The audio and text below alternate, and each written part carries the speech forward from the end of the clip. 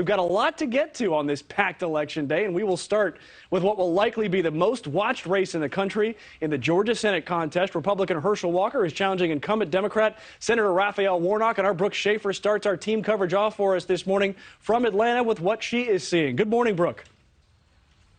Hey, Mitch, good morning. The polling locations across Georgia putting those finishing touches on, as now we have about less than an hour until voting opens here in Georgia. Just over my shoulder here, this is actually one of the polling locations a few minutes outside of Atlanta. As we look inside, you can see those poll workers getting those last things together, putting out tables and signs.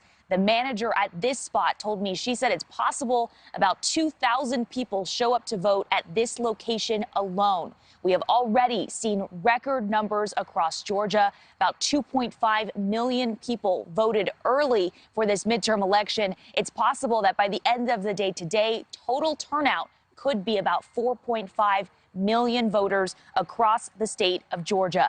And as you mentioned, one of the big races we are watching, along with most of the country, is the neck-and-neck battle for Senate between Democratic Senator Raphael Warnock and Republican Herschel Walker.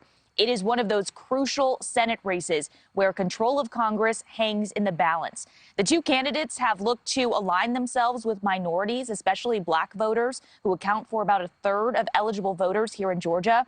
But otherwise, the two have billed themselves as opposites. Warnock, a pastor, has already been a senator for 2 years. Walker, a former football player, is new to politics. And then when you talk about the issues here, Mitch, the two have clashed over abortion rights. For one, Democrat Warnock has said he supports abortion, while Republican Walker has billed himself as a senator who would protect life. And the two have ramped up attacks of each other in these final days. I've been waiting to go up against this wolf in sheep clothing. I've been waiting to go up against this Marxist that's been telling everybody that he's a senator for Georgia. No, he's not. He's this guy that voted for Joe Biden 96% of the time in just 2 short years. He's pretty good at making up things. And now he wants to get the rest of us to imagine with him that he is of the timber to be a United States senator. And also this morning, the race is high stakes and a critical one for both parties. If neither candidate gets 50% of the vote, which is a possibility here in Georgia, it could come down to a runoff election in December. Also this morning, we know that the Georgia Secretary of State is investigating a critical error in Cobb County just outside Atlanta after election workers there in Cobb County discovered about 1,000 absentee ballots were never mailed out. A judge yesterday extended the deadline for those mail-in ballots to be returned to the Cobb County Election Center. Workers over there have been overnighting hundreds of ballots to those voters who asked for an absentee ballot. Mitch?